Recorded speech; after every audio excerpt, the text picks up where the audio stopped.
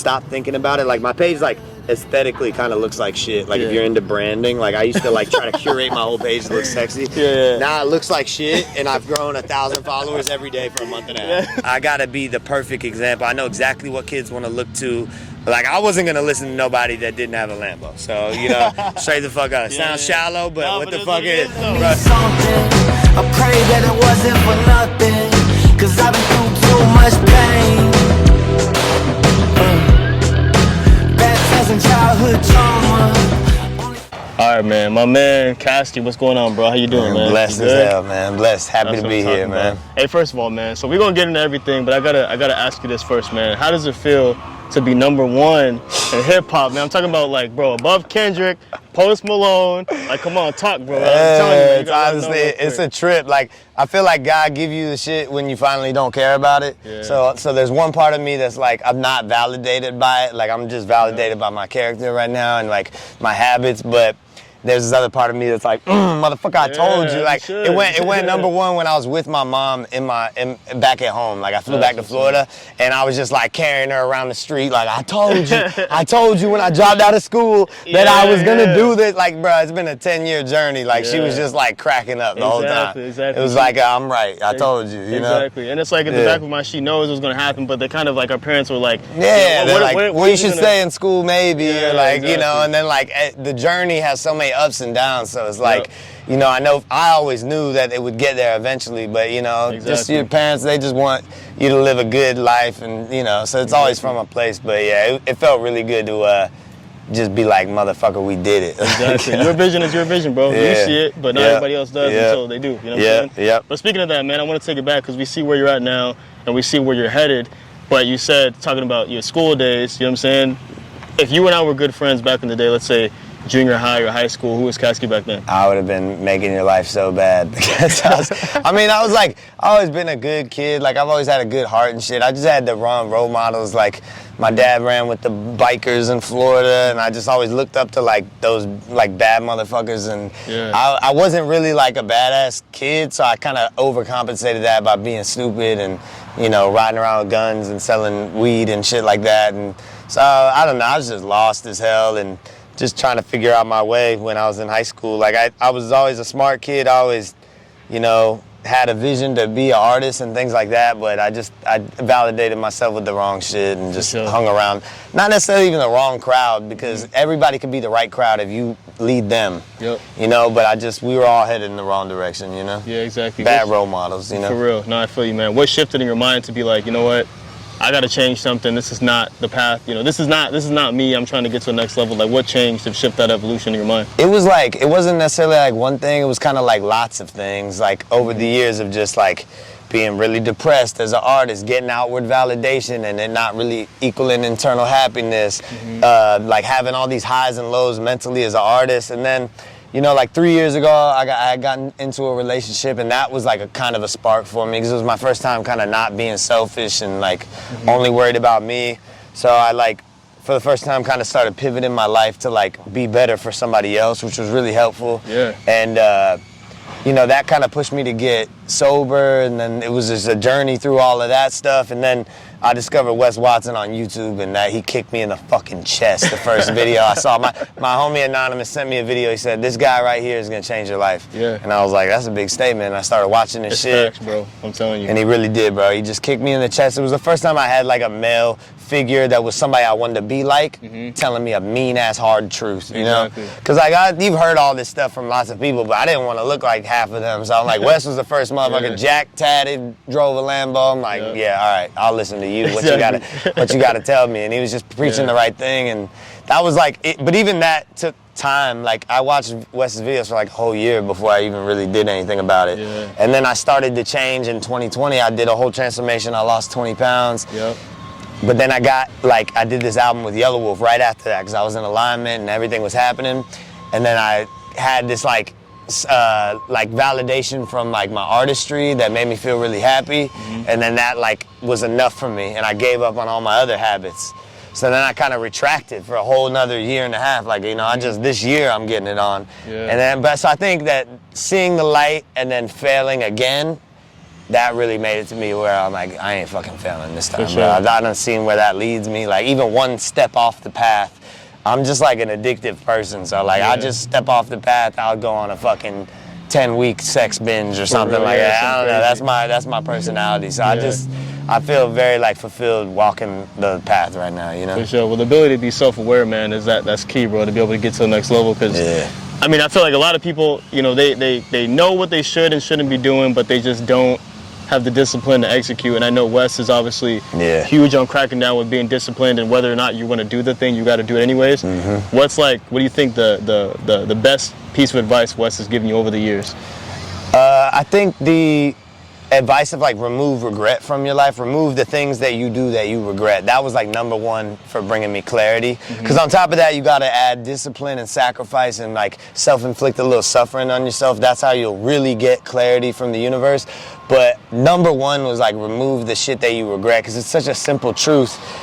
But you know, when you regret things, you're in this state of like shame and guilt and shit like that, and that's the like lowest vibration, like they were saying at that summit.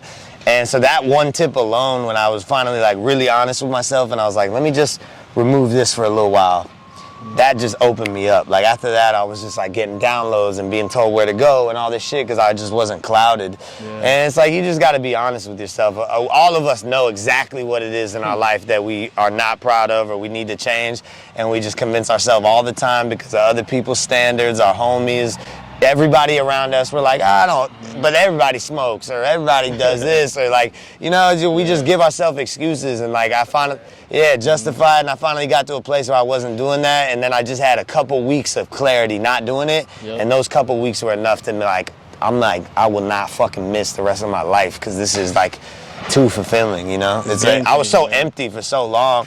And like I really was searching for answers in every fucking which way. Like I just had so much pain in my life. And like right now, I like, it's not that I don't necessarily have pains. There's still painful shit going on in my life, but I'm just fucking powerful by it. Like I'm not, it ain't breaking me. It's like, it's literally giving me more power. Like pain comes, I'm like, thank you, God, motherfucker. I'll sit in this shit all morning and go crush your workout. That's like, that's power, bro. That's like, that shit changed my life, man. For sure, man. Speaking of working out, the first thing, you came up here, bro. You said, you know, we dapped up real quick, said what's up, and you said, yo, there's a place to work out. Like, where can I get, you know what I'm saying, quick pump real quick. And you hit some push-ups real quick. Like, what has fitness done for you as far as in this journey, in this evolution, you know, the next level? Yeah, like, it's funny because, like, I'm not, like, that extra interested in fitness. Like, I'm not looking up workouts and shit like that. Like, I don't really care that much about it.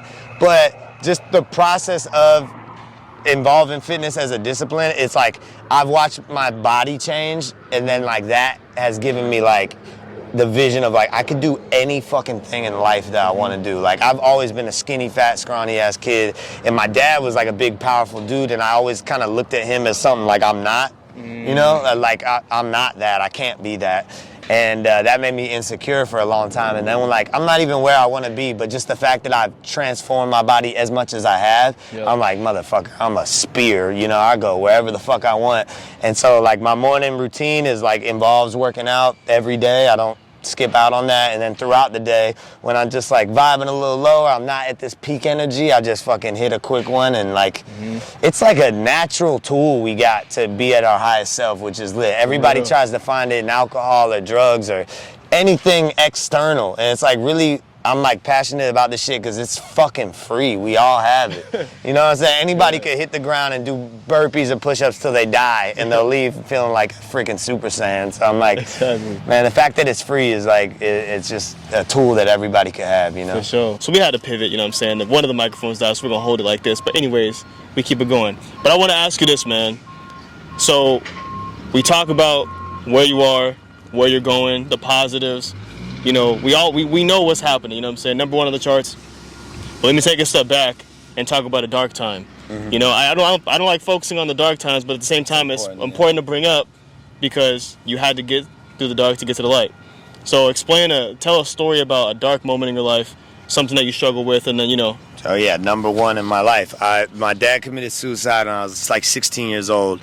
And like, even more than just him killing himself, it was like the year before he died, my whole perception of like my family and him changed. Like, you know, growing up, like I had, you know, decent family life. There's still like drugs from certain members in the family, but like when I was 15 years old, I found out that like my dad had been using drugs with my sister like her whole life. Like them together were doing drugs. So like everything that I thought was reality was like shattered. And this person that I like looked to as like this source of strength and like it was a liar and not a great person at that time. And so that shattered my world. And then, you know, over like the 6 months after finding that out, he was just trying to get off drugs, and him and my mom were separating, and he just couldn't figure it out, and he ended up killing himself at the house that I grew up in on a 420 day that was normal as fuck. And I left the crib, just said peace to him, nothing special about it.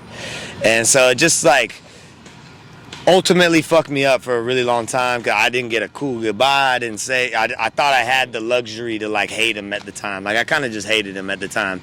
And so it just sent me on this like dark place for a long time of just like, wow, fuck, life is shitty as fuck, it's dark as fuck. There's so much evil in the world, you know. It's like, and through, you know, all of this, I like learned to forgive him, and he was just a troubled person too. And the drug industry and pharmaceuticals, all that shit, kind of like he had lost his fingers when in a construction accident. So he got addicted to opiates real bad, and then he was just doing drugs and selling drugs, trying to provide. He was just lost.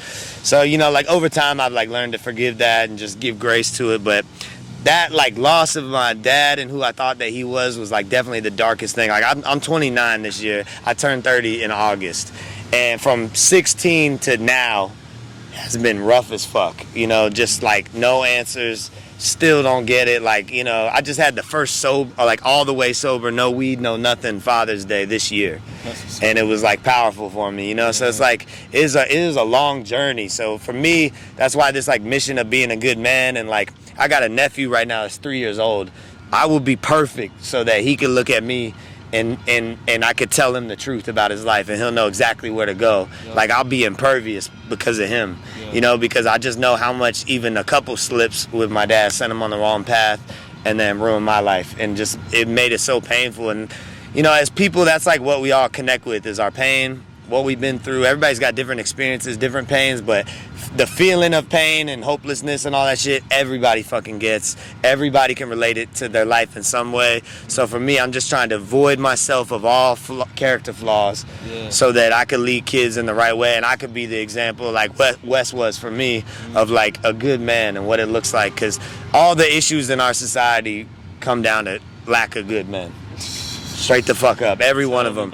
Women that are lost, men that are lost, society being broken, it all boils down to men that are not good men that don't sacrifice, no family unit, no honor, no commitment to things greater than themselves. Like everything I do right now is not about me. I don't wake up for me, I don't work out for me, I'm not gonna get the Lambo in December for me. You know, it's like I don't need anything. It's just that I gotta be the perfect example. I know exactly what kids wanna look to.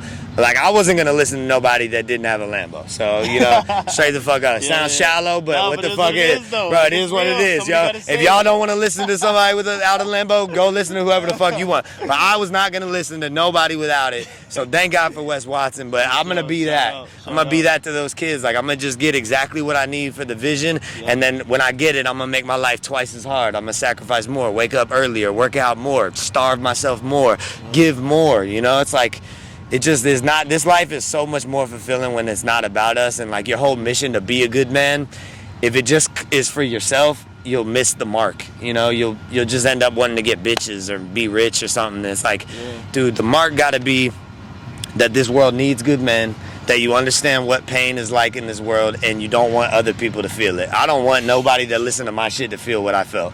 Straight the fuck up. So I'm gonna do, now that I've got the light, I'm going to do everything in my power to make sure that anybody looking at me don't got a fucking way out. They got to listen to the truth that I tell. Facts, man. Straight the fuck in. I'm about to do some like, push-ups, dog. Let's go. On, like, I'm about to hit some burpees right now. Let's get it. We'll do something right after this. Oh, snap. That's crazy. Yo, I love that, man. This is crazy, man. I'm soaking this all up, bro.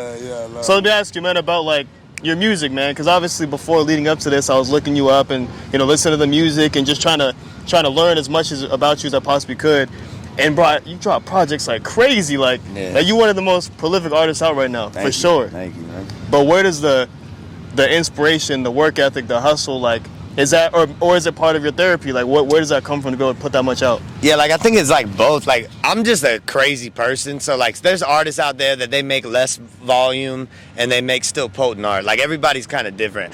I'm just a fucking psychopath, so like I gotta do this shit every day. Like I just finished the album and made 5 songs in 2 days, like 3 days after we turned in the album. Like and my voice is all ripped up. I'm like in the studio making raspy sounding songs because I'm like, dude, I fucking can't help it. Like I think I got so much like pain and like addiction in me that like I just channel it in the right ways. So it just, I don't know. I feel like people that have this high capacity for pain and shit that they've been through, they're meant to make more shit. They're meant to make better art, you know? Like anybody that I see that follows me that got addiction or pain in their life, I'm like, dude, you're meant to be so much, bro. Because like if you weren't, God would just make you regular as fuck and fine, you know? It's like there got to be people like that too.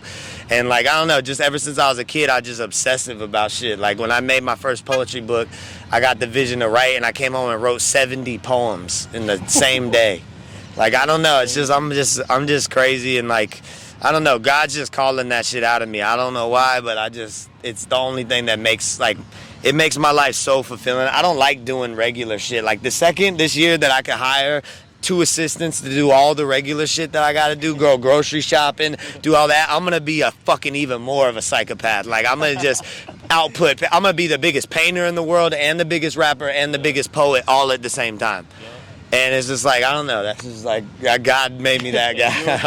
I don't know, dude. Like, you can tell from the tattoos, when I like something, I just fucking, everything in my life goes to that. Yeah, straight up. That's what I'm talking about, man. The last one before we wrap up, man, I want to ask you, man, what would you tell, you know, the young dude watching this right now who's dabbling in his business, dabbling with his passion, you know, kind of, he's in and out, he you know, he's what he wants to do, but he's not really, you know what I'm saying? Don't fucking dabble, motherfucker. Don't dabble, bro. Your life is important, bro. You got one fucking life and it could be ripped away from you at any fucking time.